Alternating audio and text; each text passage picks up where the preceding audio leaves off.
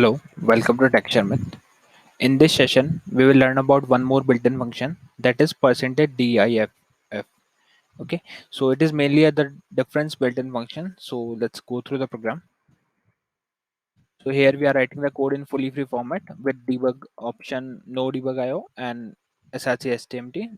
So these are the control options that we have defined for the debugging purpose. And below to that, we have declared few variable that we will use for the demonstration of diff built-in function. Okay. So here I have declared four variable mainly named as date1, date2, time1, time2, and the type is also same, like date1 is of date type, date2 is of date type, and time1 and time2 is of time type. Okay, so data type is also same as the name given to them. Okay, and another variable I'm declaring here is result, which is of numeric type, and it will hold some numeric values of size 8. Now discuss what is diff or difference built-in function. So this built-in function is mainly used to find the difference between the two date, two time, or two timestamp. Okay, suppose we have two dates and we want to find out the date differences, but in terms of number of days, in terms of number of months, years. Okay, so in that case we can use this percentage diff built-in function or difference built-in function. Okay, so let's see how we can use it. So firstly we will see it for the date perspective. Okay, so here firstly you have to pass, firstly you just need to write percentage diff, then opening parenthesis, and you have to pass your first variable. So here we are passing it as a date one. Okay, so and after a colon you have to pass the second argument, which is the another date that we are having. So it will calculate the difference between these two dates.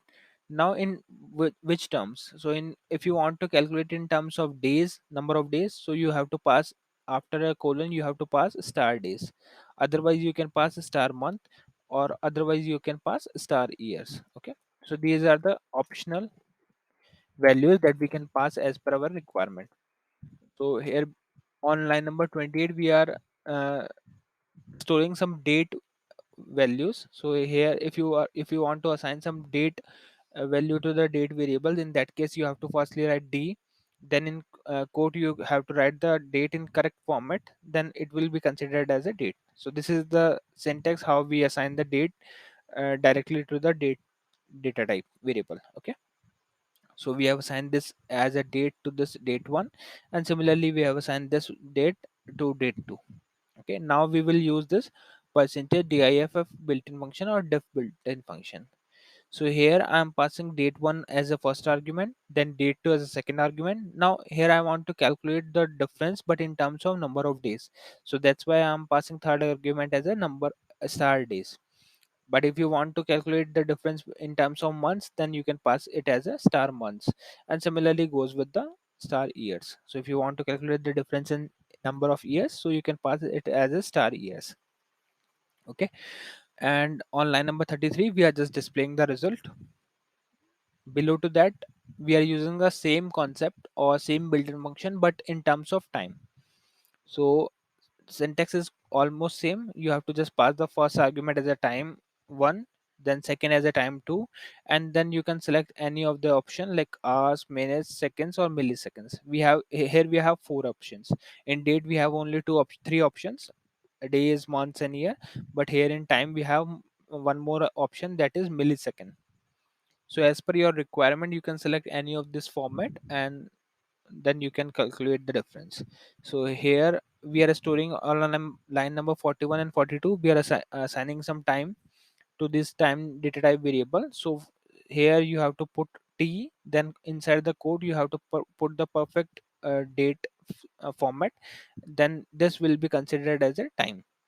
Sorry, not a date format, you have to put the correct time format, then this time will be considered as a time. Okay, this string value is considered as a time. Similarly on line number 42 we are assigning another time to time variable time 2, and then we are calculating the difference between these two variables using the percentage difference built-in function. So here I'm passing time 1 as a first argument, then time 2 as a second argument, and I want to calculate the difference in terms of hours. So that's why I'm passing it as a star hours. So once it will return the difference between these two time in terms of hours, it will be stored into this variable result, and then we are just displaying it and setting star INLR equals to star on. So let's compile and call this program and check whether we are getting the correct output or not. So firstly, we are getting the difference between two date in terms of number of days. So we are getting it correct. That is 10. And then we are getting the number of difference between the two time in terms of number of hours. So this is also correct. Why? Because in logic we can check, like if we calculate the difference between these two days date in terms of number of days, then it is 10. Okay, and similarly if we observe here carefully, then the number of hours difference is only one. So that's how we are using it. Okay, so this is how we can utilize this percentage difference built-in function to find out the difference between two date time, and similarly we can also find it out, find the difference between number of find the difference between two timestamps also. Okay, but usually we go with this time and date, that's why we have discussed only these two. But you can check if there is any requirement to calculate the difference for the timestamp, then you can utilize this at that time also.